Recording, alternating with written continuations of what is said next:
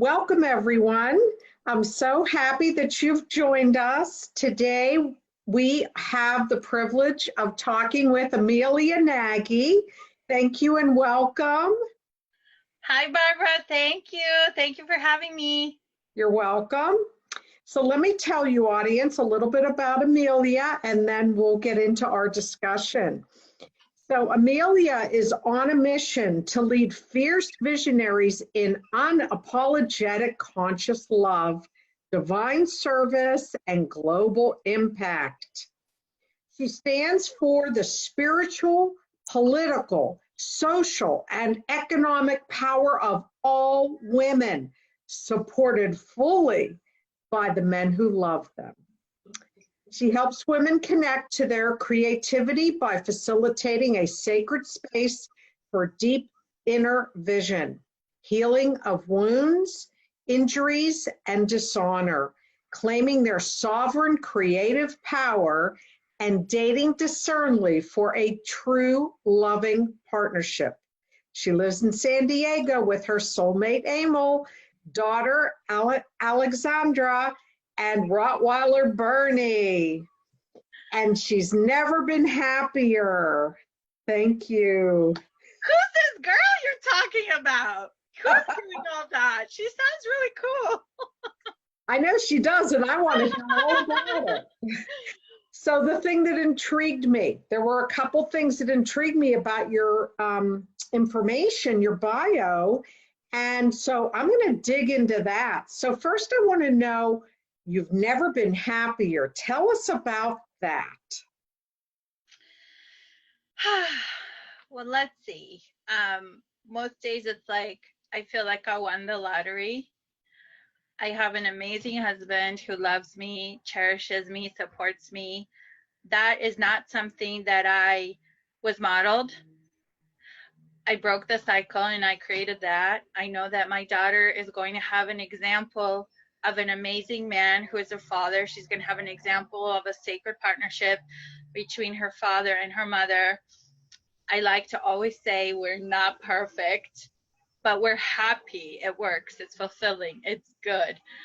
And yeah, I mean, honestly, even just a couple days ago, a daughter of my friend asked, her daughter's 11, and she said, do you want to be like, what, how many years ago were you 11? You know? And I was like, let me think. I'm 41. So we were talking. She's like, well, what age was your favorite age? And I'm like, this age. This is my favorite age. I'm 41 and I have got everything I wanted. I mean, I just feel like, yeah, there's more things I want. Like I want to live in the redwoods and, you know, I want to go on a cruise. I've never been on a cruise, but I mean, we own our house, we travel, we both have our own businesses. We work in partnership. I adore him. He adores me. Our little one is spunky and a little nuts, but that's not surprising considering who we are. So, yeah, I'm truly blessed. I'm truly blessed, and I'm proud of myself that I did the work. I did the work, you know.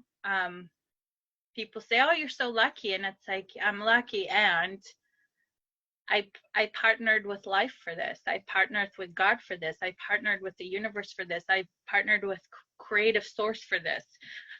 So, you know, I did my part. I did my part for this.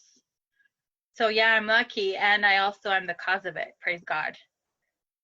That's great. I mean, I can understand, because a lot of the things that you just described about your life is some of the things that I've experienced. And yeah, I've been on that same similar journey of, you know, life improvement, self-improvement, making sure that I did not bring what I learned, the negative stuff, into my marriage and so forth.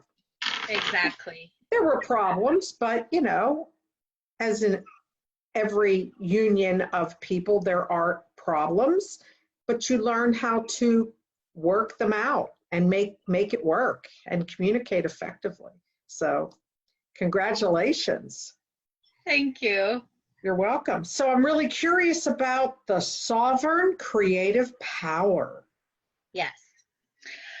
So I have a big heart for freeing women and men, but a lot of times I work with women, from any kind of drama. It's like other people's thinking. Drama comes from other people's thinking. A satisfying, fulfilling life comes from your thinking. And so a lot of times sovereignty just means separating ourselves from what others think of as success. Our family, our sister, our brother, our cousin, our mother, our boss, right? Like what other people or society or those that influence us consider success isn't necessarily going to be what's fulfilling for us. So part of really claiming our sovereignty and living in our sovereignty, and what does sovereignty come from? That word has the word reign in it, which means you reign, you're queen. What do you reign of? What are you reigning? You're being a queen over your own life. You're governing your own life. You're in charge of your own life. You are in charge of your own decision making. You're in charge of your body. You're in charge, most importantly, of your creativity, of your power of choice. And so the idea behind that is that you're living your life on your terms in connection with the divine creative source. Whatever you call that, you can call that God or Allah or the universe, the source that created this planet, like all the trees and all the different colors of birds and animals. There's an intelligence there, there's a creativity there, and that's inside of us. And so sovereignty to me is claiming that creativity for use in your life, for application in your life, and not relying on other people's opinions, other people's thinking, and other people's messages about what should success look for you, how should success look for you. So that is sovereignty. Sovereignty is like, yeah, I'm the queen of my kingdom, and my kingdom is me. Right. That's beautiful. That's a really beautiful statement. Now that you've explained it and so forth and put the meaning behind it, I think that it's really nice and really does honor a woman, for, you're welcome. Yeah, so, self-governing. Yeah. Simple, self-governing. You're self-governing. We can do that now. It's 2019. 1819, not so likely. So 2019, it's like, ride that horse, baby. Like, ride that horse. We can do it. We've got the freedom. It's pretty amazing. Yeah. I mean, I lived through the 60s, 70s as a child, and, there was still that women's lib and so forth, but I never really felt the power back then. I knew I could do whatever I wanted to do, but with my limiting beliefs that I learned as a child, I felt unpowerful. I felt weak. I felt out of control. And it took a long time to gain that power and to feel that I can accomplish anything and will accomplish a lot. So, but yeah, I mean, and I raised really strong daughters because I knew that's what they needed to be. Because Congratulations. What a huge, amazing accomplishment to have gone through that and to have been part of that and to have grown up with that kind of programming, that we still have, but not to as large of a degree.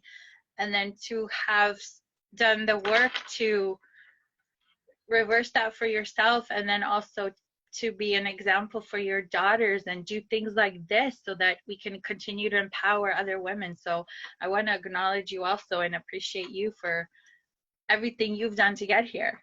Thank you. Thank you very much. Yeah, I mean, to be able to give that message to women that you work with is extremely powerful.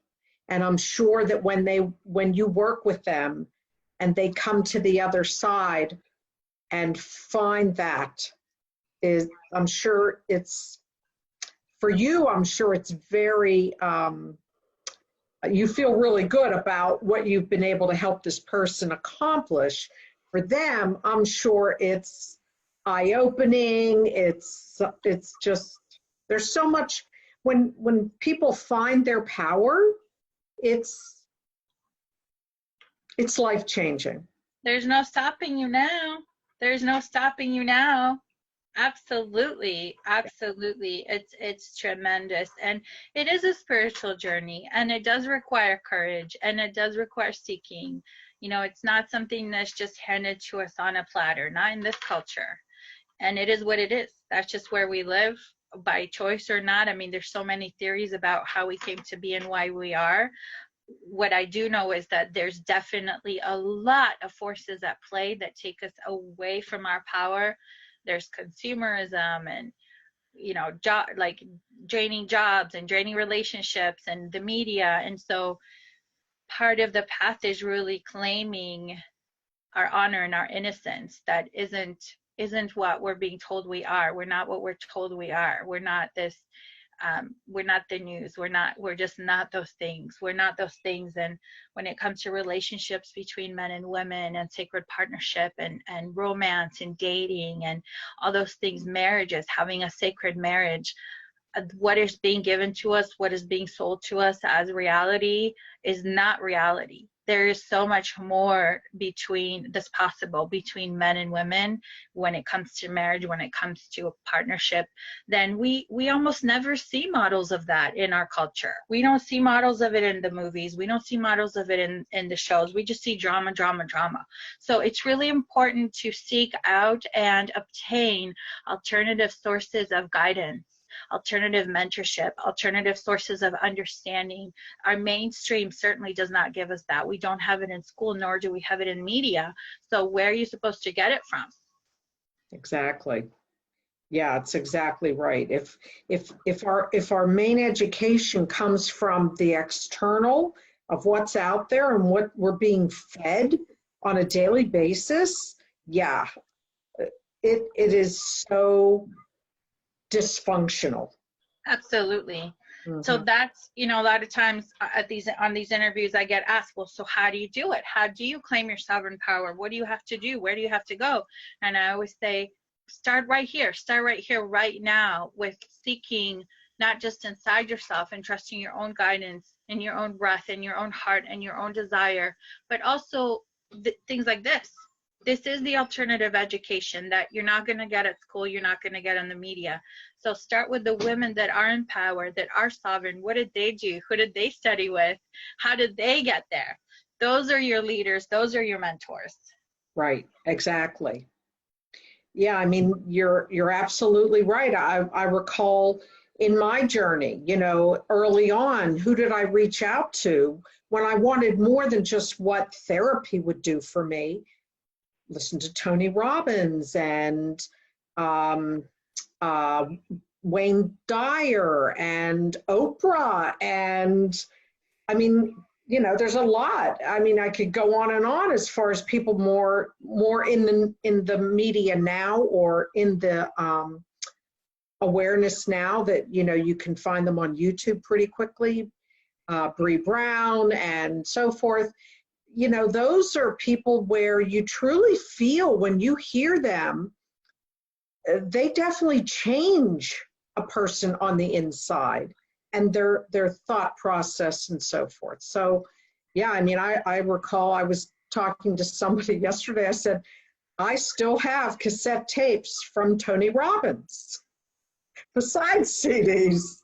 Yeah. So, you know, it's been a long time that I've been doing this self-discovery stuff. Yes, and he's amazing. And I just want to say, for everyone listening, who I think the Tony Robbins of relationships is, and that is my teacher, Allison Armstrong. UnderstandMen.com, studying men for 25 years. You want the goods on empowered partnership. I mean, she's a Tony Robbins of it. So, I mean, you've got us that are her students and her coaches. Like, I'm licensed and certified by her, but of course, she's got a long list of like amazing credentials and beautiful courses. So it's out there for those of us who seek. That's great to know. Thank you so much for sharing that information. I appreciate that. And I know our audience will too. So what is dating discerningly? Dating discerningly. Okay, so there's just a number of very common mistakes that most women make when they're dating. One of the biggest mistakes, the number one mistake I see is that women treat online dating, for example, which is where like more than half of marriages now happen online. I met my husband online.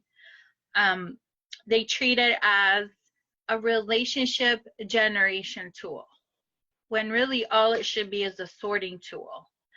And so it's these kinds of slight perspective shifts that cause a woman to go from dating blindly, or like just dating without strategy, wasting her time with like men who are not available or not ready for a reciprocal relationship, or not masculine, or possibly not even in the life situation that she's looking for, such as like maybe they have young kids or older kids and she doesn't want that, right? So dating discerningly, it's funny because I almost want to say it's dating defensively, but it's not dating defensively. It's just looking at dating and the whole online platform as an opportunity, as this incredible opportunity of sorting through a lot of men really quickly to find the ones that are not. The number one thing I always have my girls look for is reciprocity. Like, is he gonna respond to emails? Is he gonna be engaging? Is he gonna invite you out? I just call it shit or get off the pot. Don't sit there writing emails for 2 months and then you've drained all this time and energy, and you meet 2 months later and your butts sniff, or you sniff each other's butts, as I call it, and it's like there's nothing there, and the guy's 10 years older than he said, and you just wasted all this time, all this energy, all this heart generating this relationship online. That's not just dating discerningly, that's dating dumbly. Dating dumbly versus dating discerningly. And we don't know what we don't know, right? So I have been there. Every master was once a disaster. Okay, I was totally a dating drama queen. Disaster. Okay, disaster. I went on 500 dates, was, kept attracting emotionally unavailable men, like went through these cycles, went through therapy, went through coaching. So that's how come I know this. Like that's just how come, right? Like 500 dates, you learn something, right? So dating discerningly is really understanding that dating is not intuitive. People say things like, oh, it should just happen organically, it shouldn't be that hard. Huge magical myth, like huge magical thinking going on right there. It's just not natural, it's not normal to be like online dating the way that we are needing to do in this society. So just understand that it does take some strategy, it does take some information to do it well, and to do it safely, and to do it in a way that's nurturing and sets you up to win, and sets your date up to win, meaning that you have a great experience even if he's not a fit, right? So there is some steps to that. And I have them actually in my Right Guy checklist. And I don't know if I'm giving away that gift, but I can give that away, as well as the Sacred Miracle Activation, Love Activation. But basically it's in there. It's in that Right Guy checklist, and it talks about the main things, like the main mistakes. Another thing I see women doing that kind of like shoots them in the foot is they'll show up on a date right after work. So first, they won't have sorted well for reciprocity and masculinity if they're a feminine woman. And usually like feminine women tend to have more trouble than masculine women, because feminine women are not dating for sport. Like Wendy Newman says, I don't know any woman that's dating for sport, right? So we're out there like, is this my relationship? Is this my relationships? And we're like, we're not dating, we're just connecting, right? Right. Well, unfortunately, that's not dating discerningly. It doesn't work that way, because we just get drained. And so it's just recognizing that and understanding and setting yourself up for an enjoyable date. Like I talk about turning into a girl an hour before the date. Like many of us work for a living. What's going to happen if you turn up as your at work self? Well, it's likely that you work you're at work, you're generating results, you're producing, so it's likely that you're in your masculine, which is great. It's fun. There's nothing wrong with being in the masculine, but you need a break, girlfriend. You need a break. You need a minute to be in your feminine. And your guy, if he's a masculine man, will appreciate you in your feminine much more than if you're in that generative go, go, go. So I say, go home, take a bath, read a book, turn yourself into a girl an hour before the date. Set yourself up for success. Set yourself up to receive. Set yourself up to enjoy. And don't go on that date and have, this is probably my third most important tip. Like, don't go on that date and have like an interview. It's not an interview. Like, what do you do? What do you like? What are your hobbies, right? That's like the hunting masculine in us, right? We do that because that's what we do at work. A lot of us are generating results at work. Just go on your date and enjoy it. Breathe the air, eat the food, look at the stars. It's much more likely that if you turn into a girl an hour before the date, you'll be in that space of receptivity. So much more attractive, so much juicier, so much more likely to create just that juicy, sexy polarity with a masculine man, right? So that's dating smart, that's dating discerningly. And these are things you want to do, or you're going to just be wasting your time and energy and money dating and really not getting a lot of nurturing from it. It just is going to be draining drama. And nobody wants draining drama. Nobody wants that. Nobody ain't got time for that. That's right. Yeah, no draining drama. Yeah, I mean, I definitely, did the, I don't know that I went on 500 dates, but I definitely went on a few hundred dates. Wow. Yeah. In 6 years. And it ebbed and flowed because there were times where I just got frustrated and I just stopped for a month or two and then, okay, I'll try again. But then, I worked through the process, got a dating coach, and worked through. Here you are. Yeah. Married to your soulmate. Yeah. Yes. Congratulations. Thank you. Yeah. And I mean, he did all the right things and perfect gentleman, and he wanted a relationship. He was not looking to just, mass date or play around and, friends with benefits. That was not, and so I saw that right away. I could tell what a big heart he had and what a giver he is. And I had never had a giver because I've always been the giver. So, yeah. Oh, Barbara, congratulations. That's wonderful. That alone right there makes you the go-to expert, because there's like, how many of us just end up like in these draining relationships, right? Well, draining relationships start with draining dates, girls. So date discerningly. Date discerningly, my friends. If you don't know how, learn how. Download my Sacred Love Activation Meditation, which I'm sure you'll post below this video. And I might as well just send along the checklist since we refer to it in this video. So learn to date discerningly with Barbara or another dating coach that you resonate with. But it's like, it's like breastfeeding.